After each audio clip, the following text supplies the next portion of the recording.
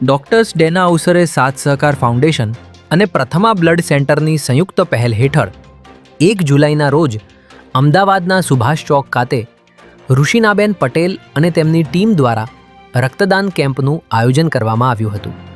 આ સેવા કાર્યમાં ઋષિનાબેન પટેલ તથા જાનકીબેન જોશીએ મહત્વપૂર્ણ ભૂમિકા ભજવી હતી.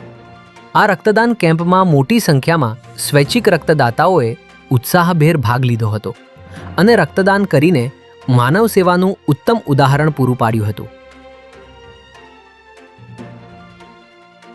સાથ સહકાર ફાઉન્ડેશન દર વર્ષે અમદાવાદના વિવિધ વિસ્તારોમાં આવા રક્તદાન કેમ્પોનું આયોજન કરે છે, જેથી સ્વૈચ્છિક રક્તદાન અંગે લોકોમાં જાગૃતિ ફેલાય અને જરૂરિયાતમંદ દર્દીઓને સમયસર લોહી ઉપલબ્ધ થઈ શકે. ત્યારે આ સફળ કાર્યક્રમમાં સહભાગી બનેલા તમામ રક્તદાતાઓ, સ્વયંસેવકો અને સહયોગીઓનો સાથ સહકાર ફાઉન્ડેશન તથા પ્રથમા બ્લડ સેન્ટર હૃદયપૂર્વક આભાર વ્યક્ત કરે છે.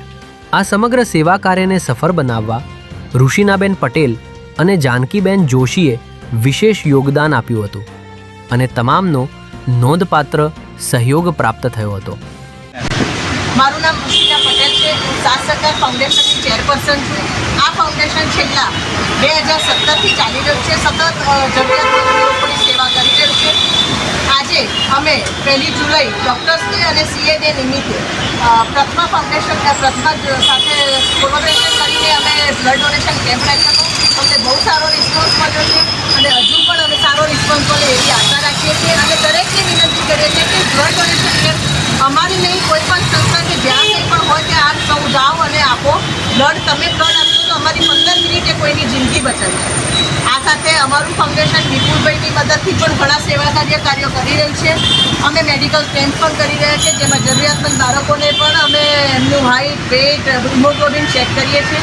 આ સાથે સાથે અમે ગરીબ બાળકોને ભણાવવાનું કામ પણ કરી રહ્યા છીએ. એ લોકોને ફ્રી ઓફ ચાર્જ ભણાવીએ છીએ, એમને સ્ટેશનરીને પણ આપી રહ્યા છે અને એમાં અમારી જોડે કોલેજના સ્ટુડન્ટ્સો વોલેન્ટિયર તરીકે જોડાય છે. 9 વર્ષમાં ઓછામાં ઓછા 30થી 35 વોલેન્ટિયર અમારી જોડે જોડાય છે. અમને આનંદ છે કે અમારા NGOને લોકો ખૂબ અમારા NGOના નામ પ્રમાણે સાથ સહકાર આપી રહ્યું છે. અમે પ્રેગ્નન્ટ લેડીઝને પણ દત્તક કહીએ છીએ કે જેને પહેલેથી અમે પોષિત ખાવાનું આપીએ, જેથી આવનાર બાળક કુપોષિત ના જન્મે એનો અમે પ્રયત્ન કરી રહ્યા છીએ. કોઈને જરૂરિયાત બહુ જ જરૂરી વાળા હોય એને અમે ખાવાનું પણ, અનાજ પણ ભરી આપીએ છીએ. આવા ઘણા સેવાના કામો કરીએ છીએ અને આ સેવાના કાર્યો સૌના સાથ વગર થતા